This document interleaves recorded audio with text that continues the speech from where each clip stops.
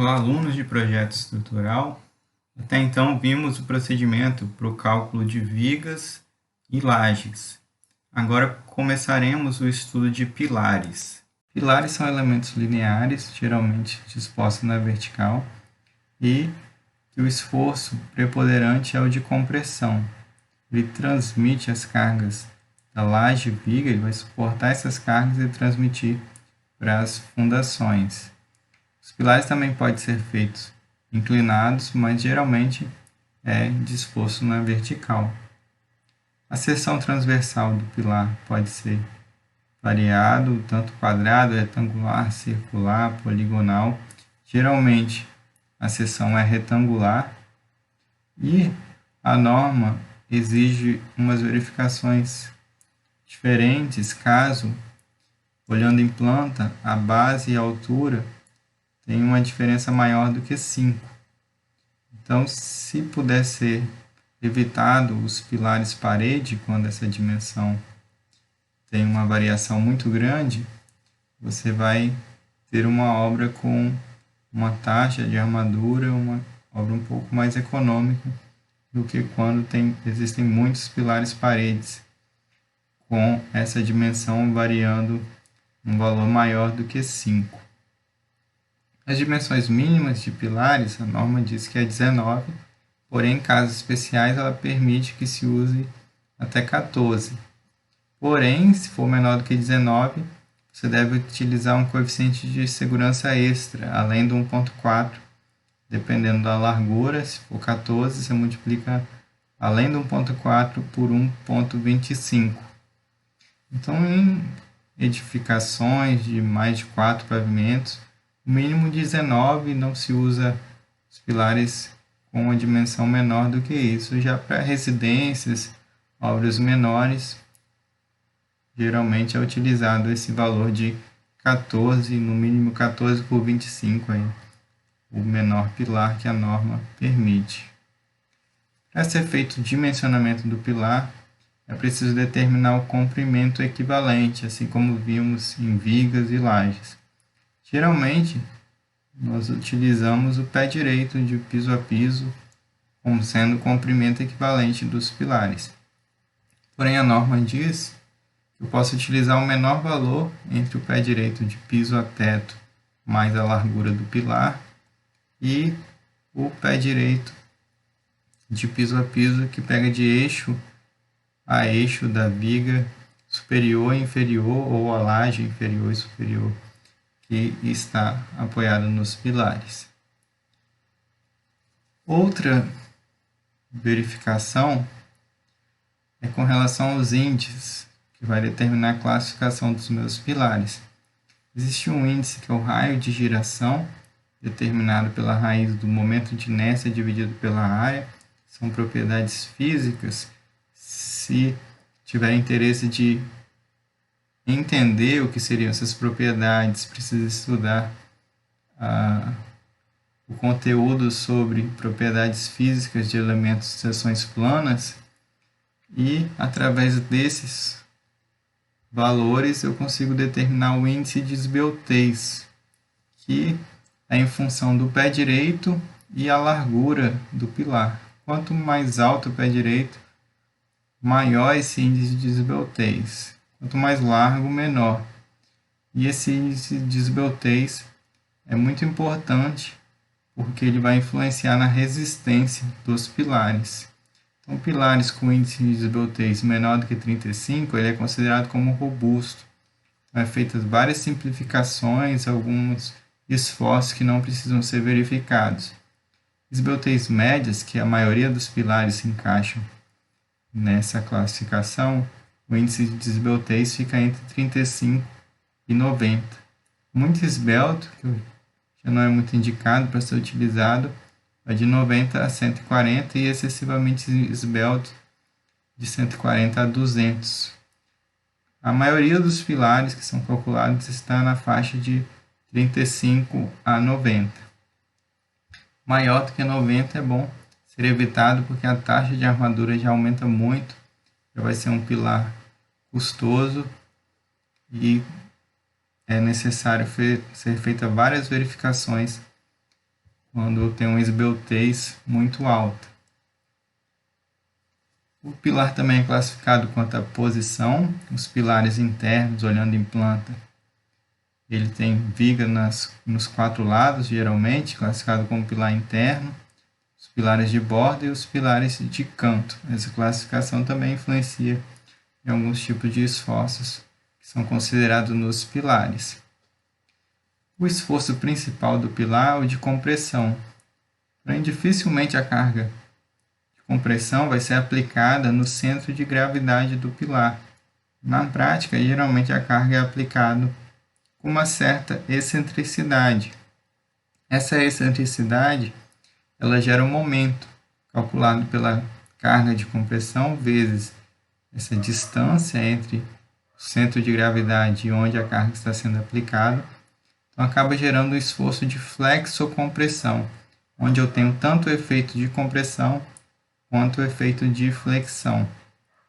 Se você pegar um palito de picolé ou de churrasco ou uma régua e aplicar uma carga no centro, no princípio vai estar sofrendo apenas efeito de compressão, mas quando você aumenta um pouquinho a força, ela vai ter uma deformação no meio desse elemento.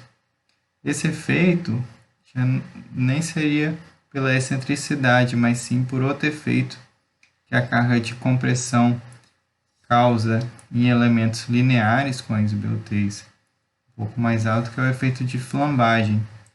Então, todo pilar ele vai ser dimensionado por esse tipo de esforço, de flexocompressão.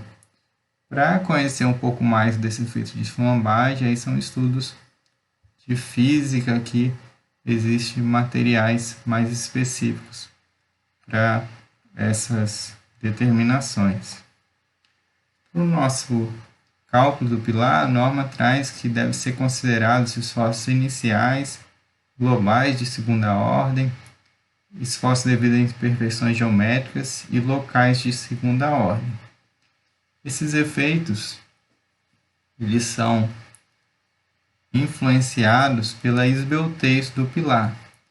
No nosso curso, nós veremos o cálculo de um pilar robusto, onde não iremos verificar esses efeitos de segunda ordem e veremos também que temos outras simplificações. O esforço inicial, devido à excentricidade inicial, é quando o cálculo do pilar é feito em conjunto com a viga através de um pórtico plano ou espacial.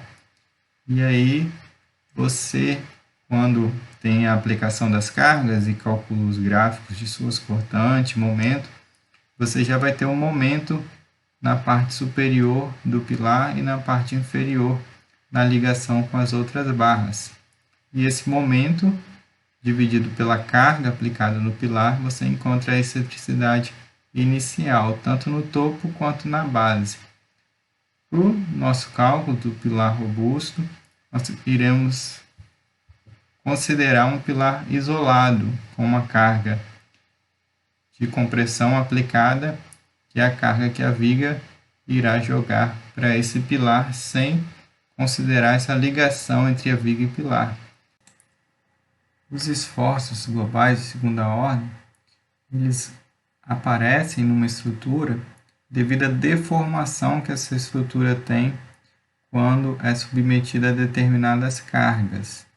Quando a estrutura sofre uma deformação muito alta, pode aparecer um esforço adicional devido a essa variação da posição do elemento, mas esse cálculo é necessário para os pilares que são determinantes para a estabilidade global da estrutura, geralmente os pilares de elevador, de escada, para edifícios mais altos. No nosso curso, para pilares que são considerados elementos de nós fixos, onde eles não irão resistir a esses tipos de esforços, não é necessário ter essa consideração. A norma traz um método do coeficiente de gama Z, que você multiplica os esforços por esse coeficiente para incluir esse efeito de segunda ordem na sua estrutura. A norma também pede que seja consideradas imperfeições geométricas, tanto globais quanto local, onde na execução dificilmente seu pilar vai estar 100% ali na vertical, ele tem um determinado ângulo devido às imperfeições de execução, e aí a norma pede que seja previsto esse esforço adicional devido a esses possíveis erros que pode ocorrer na obra. Também temos os efeitos locais de segunda ordem, onde a norma traz alguns métodos que podem ser utilizados de acordo com o índice de esbeltez.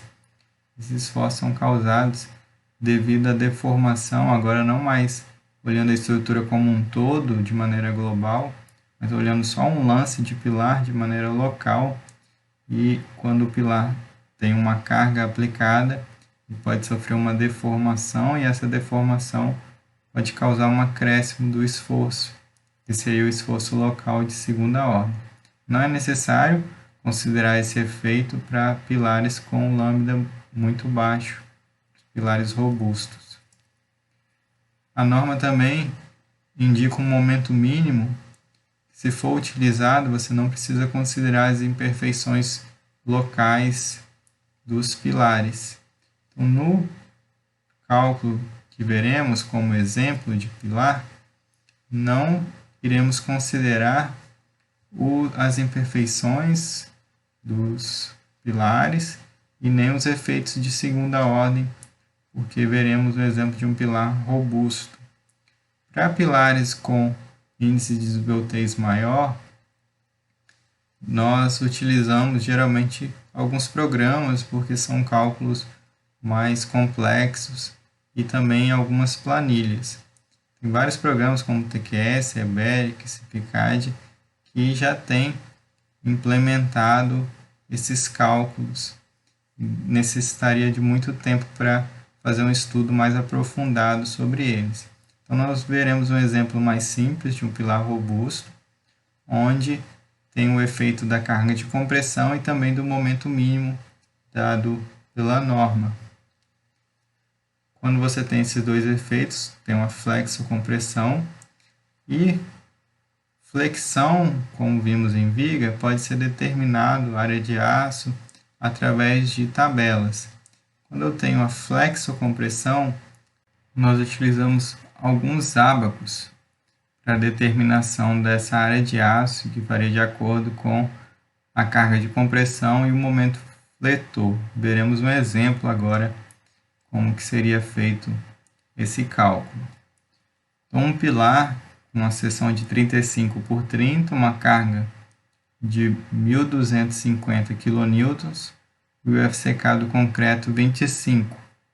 Como que faríamos o cálculo da área de aço para esse pilar?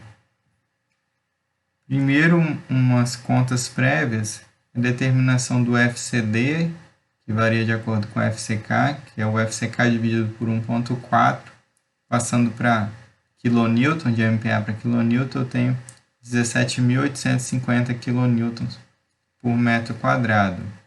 A área do pilar, que é 0,35 vezes 0,3, isso em metro, dá uma área de 0,105 metros quadrados. E também a minha carga de cálculo, ND, que é a minha carga NK, que foi fornecido no exemplo, vezes 1,4, 1.750. Esses valores serão utilizados nos próximos passos.